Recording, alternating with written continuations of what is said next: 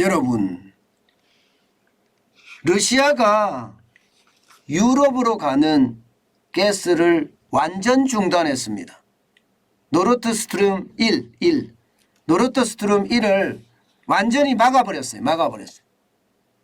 옛날에는 그래도 뭐 50%로 줄이네 아니면 20%로 줄이네 그렇게 이야기를 하던 것이 이제는요 싹 막아버렸어요. 왜 싹 막아버렸느냐? 유럽 연합의 정상들이 모여서 말입니다. 유럽이 러시아에 원유를 사올 때 상한제를 뒀어요. 상한제. 쉽게 말하면 다 수입 안 하겠다. 상한까지만 하겠다. 이렇게 합의를 했거든요.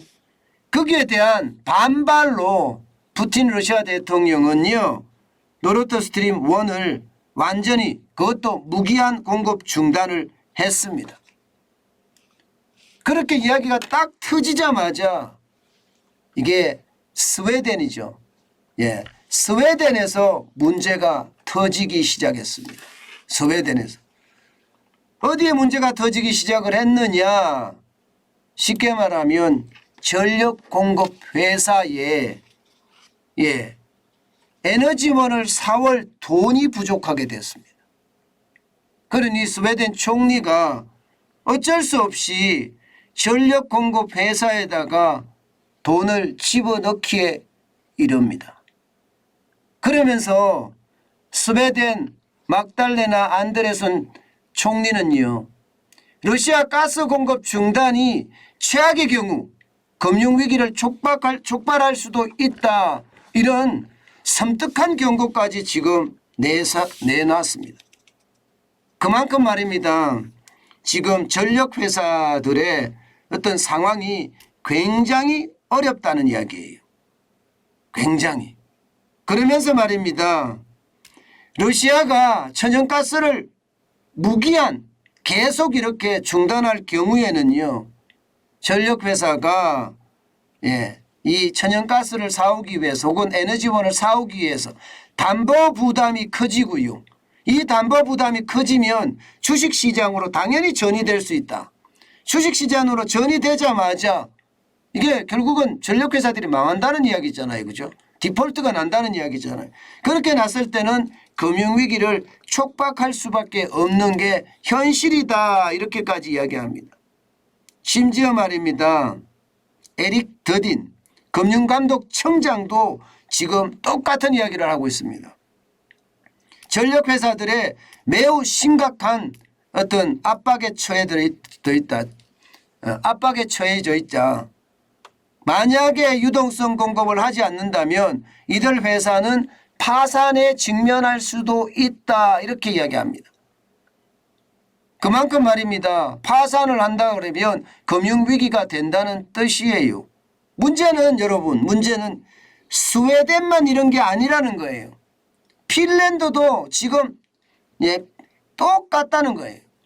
지금 핀란드 정부도 실제 비슷한 조치를 준비 중이다 이렇게 이야기합니다. 그것도 누가 이야기하나 하면요. 아니카 사리코 핀란드 재무장관이 직접 이야기한 겁니다. 그만큼 말입니다. 러시아의 어떤 가스 중단이 지금 당장 스웨덴과 핀란드에는 굉장히 크게 문제가 되고 있다는 뜻입니다. 여기에서 한 걸음 더 나아가면요. 독일은 어떨까요? 독일도 지금 만만치 않은 상황에 처해져 있고요. 프랑스도 마찬가지입니다. 오죽했으면 멈춘 원전을 다시 재가동하겠다 이렇게까지 이야기합니다. 프랑스는 말입니다. 56개 원자로 중에 32개가 지금 멈춰 있는데 32개를 다시 돌리겠다는 거예요. 또한 독일에서는요. 세계 최대 철강 회사 아르셀로미탈 여기 공장 2곳이 지금 가동을 중단했습니다.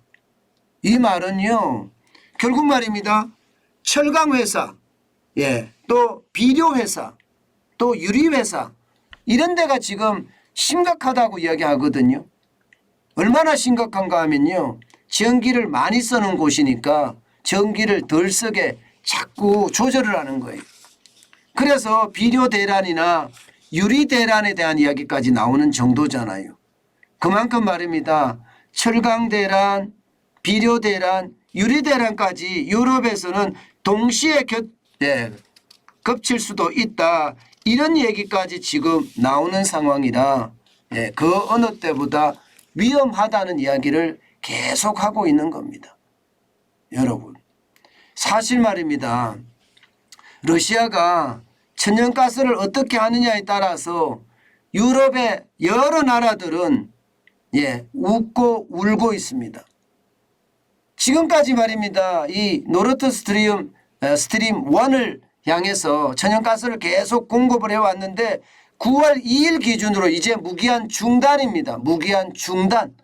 그 정도까지만 해도 7월 27일만 하더라도 20% 축소했습니다. 7월 21일은 20%로 축소했습니다. 7월 21일에는 40%만 가동을 했고요. 그리고 6월 14일에도 마찬가지였고요.